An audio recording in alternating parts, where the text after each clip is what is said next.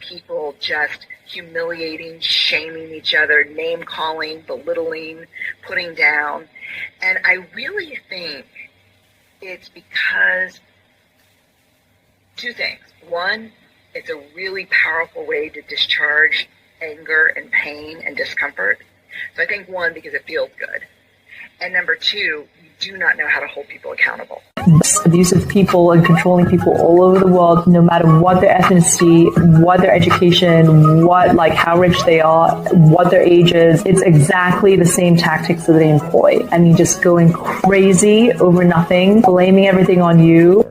And I don't think anyone likes their partner, or nobody likes their partner to make fun of you. You won't like your partner to make fun of you in front of other people, right?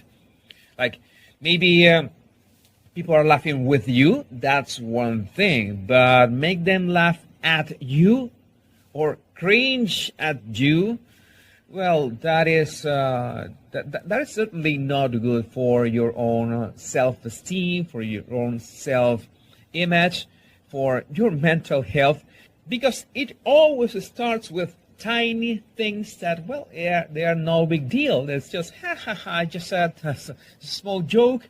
This is regular behavior in narcissistic relationship. When a person is a narcissist and, well, makes fun of the other person. We've discussed numerous times, and we have to obviously reiterate it. Well, what we know is a lot of bad abusive relationships reduces your ability to act because the only input they're getting is from each other. And if I'm being told I'm stupid, all that stuff starts to impact how people behave, and it brings down their normal personality. Yeah, because I'm so stupid. Disrespecting you, disrespecting your work, making you feel unimportant. That's abuse. Yeah. The contempt is the killer of them all. Because in the contempt, there's the degradation of the other. It's that complete, you're nothing. You're nothing. I can kill you with that one gaze, that one eyebrow that goes up, who do you think you are? What are, and that's it. You're done. You're done. So how do we even get to this place of these places? After having been so in love and so romantic, right? Is desire reflect that, or if we're not desiring the person anymore, then we start to feel one of those categories, or does that not play in? That has changed the most in a very, very short amount of time. For most of history, and in still the majority of the world, sex is for procreation.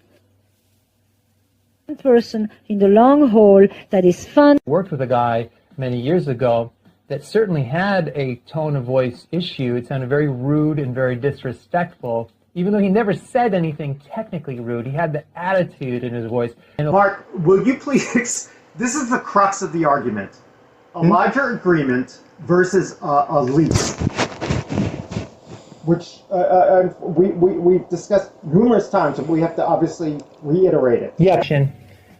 Ask yourself, what does this communicate to the people around me? If I hear someone with a frustrated tone, I'm not assuming, oh, they are frustrated with themselves. If someone's speaking to me in a frustrated tone, I'm assuming they're frustrated with me. Your tone communicate to the people around you. What does it say to them? You want to make sure you're sending off the right nonverbals to accompany your words. Focus on this. Focus on both. We're doing one thing at a time. Mark, will you please, this is the crux of the argument. A larger agreement versus a lease. What do you think gaslighting is? Irrelevance to the case. Yes, exactly. Upward inflection is used across cultures around dominance. Use it to create a questioning tone. You could even use it assertively to go, hey, I bet you've got a question around that because you're not as intelligent as I am. Will you please, this is the crux of the argument. A larger agreement versus a lease, which we've discussed numerous times, and we have to obviously reiterate it. Yeah, because I'm so stupid. You're the one that keeps saying, Hey, Zach, why don't you sit down, bud? You're kind of close to the edge. I don't want you to fall in. Hey, are you hungry? Have you eaten anything? I am not really hungry. Well, maybe you should just have a bite of something for your blood sugar. You don't want to leave. You know how you get, buddy. I have an apple. Hey. I have some M&Ms. What? Don't do that. Don't do what? All right, cool. Now come over here, put your head underwater, I'm gonna time you. What? No, he can't do that. Zach, No, he can do that. He can do that. He can stand up on the rod. He can hold his breath while he's trying to get ready. There you go. You better stop calling him a retard. I've never called anyone that word. Okay, hold on. Listen, when people are saying he's a retard, really what they're saying is he can't do some shit they can do. So you might not be saying the word retard, alright, I'll give you that, but you damn sure is making him feel retarded. That ain't gonna help his life. Hey, there we go. So you might not be saying the word retard, alright, I'll give you that, but you damn sure is making him feel. So you might not be saying the word retard, alright, I'll give you that, but you damn sure is making him feel. He's making him feel. Stupid! You're the one that keeps saying that. Yeah, I'm so stupid! You're the one that keeps saying it. These are for the Hamptons. These aren't for camp. The subtext of everything Hannah said these days was, you fucking idiot. I wanted corn shacks, not flakes. You fucking idiot. Okay. What are you doing here? What are you doing here? What are you doing here? Train crash inquiry. What do you care? What are you doing here? How's the train crash inquiry? What do you care? I will look it up. What do you mean, did I find anything? You just asked me 2 seconds ago. I just came up with your charge the phone. Well, again, you heard how stupid this is. Oh, again, why not just move to Zen and we'll clear everything else out? No, it's a crazy matter. He's crazy. Okay, he's like mentally fucked up, and it makes him a dick. He right there with the rest of them. He don't care nothing about me either. Of course, I loved your memoir. Oh. I mean, people don't know how damaging verbal abuse is. Oh, yeah. So true. Thank you. Thank you. I mean, how do you recover from being called stupid your entire life? Yeah, but I don't know if one does recover from that, in fact. Yeah. What was that other thing he used to call you? Oh, yeah, shit for brains. That was a good one. Shit for brains. Yeah. That's fucked. So how is that my fault if it's not your... Why don't you call and ask... Go call and ask Lena. Somebody with the brain. Shit for brains. Yeah. That's fucked. Yeah. Manipulation we see, if your partner tells you that others agree with them that you're bad, like all their friends think you're awful, or your partner tells their friends that you're awful, that's not a good sign. She's crazy. If you are only getting your inputs from another person, or they're telling you you're stupid, or they're telling you that you're lazy, she's crazy. If you are only getting your inputs from another person, or they're telling you you're stupid, or they're telling you that you're lazy, all that stuff starts to wear on people and they start to escalate. You can see all that language, all that, where you're rattling over the same things over and over and over and over and over, and you're just feeding each other's problem.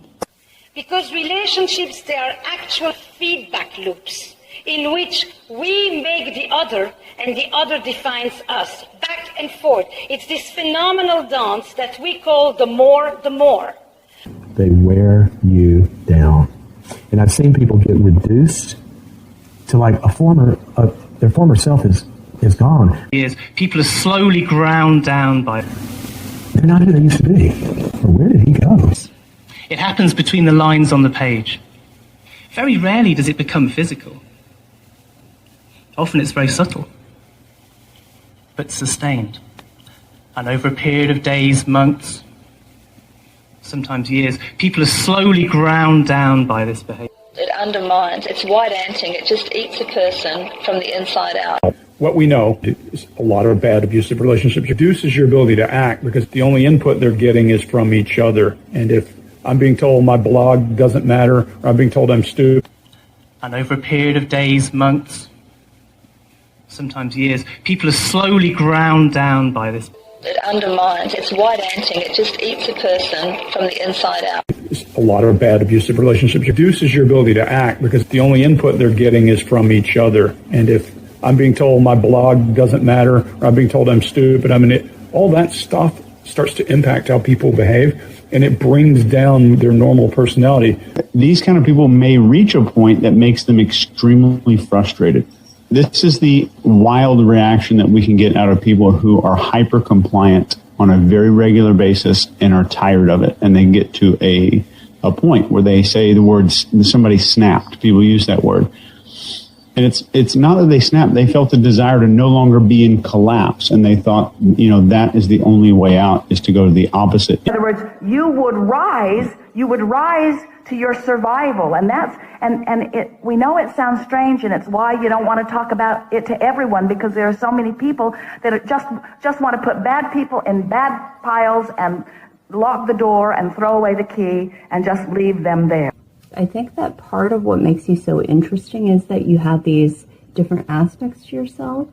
You are a very likable person, and there's a side of you that becomes unhinged.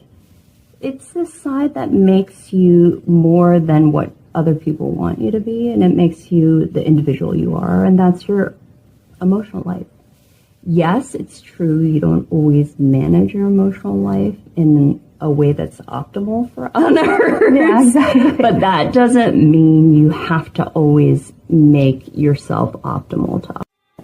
What we know is a lot of bad abusive relationships reduces your ability to act because the only input they're getting is from each other. And if I've been told I'm stupid and crazy, or they're telling you that you're lazy, all that stuff starts to wear on people, to escalate. You can see all that language, all that, where you're rattling over the same things over and over, impact how people